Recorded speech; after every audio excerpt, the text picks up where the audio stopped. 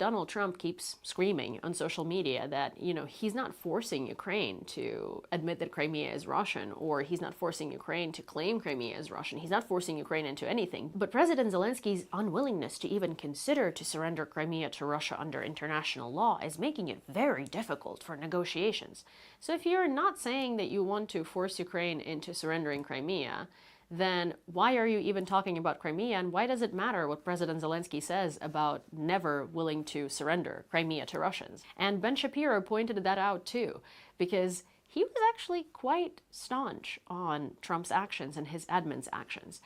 So moral of the story here is Ukrainians are not going to surrender because Trump tells us to.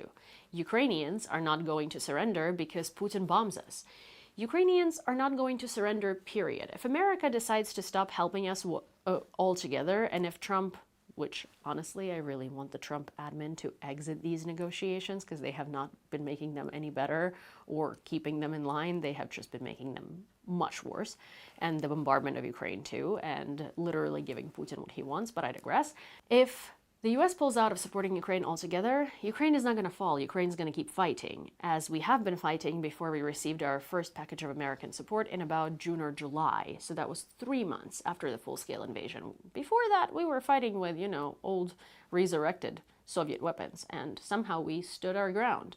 So Ukrainians are going to continue fighting, and Ukrainians are going to win this war. It's just that if the United States stays on its path of apologism for Russia, there are going to be a lot more, as Trump says it, unnecessary deaths.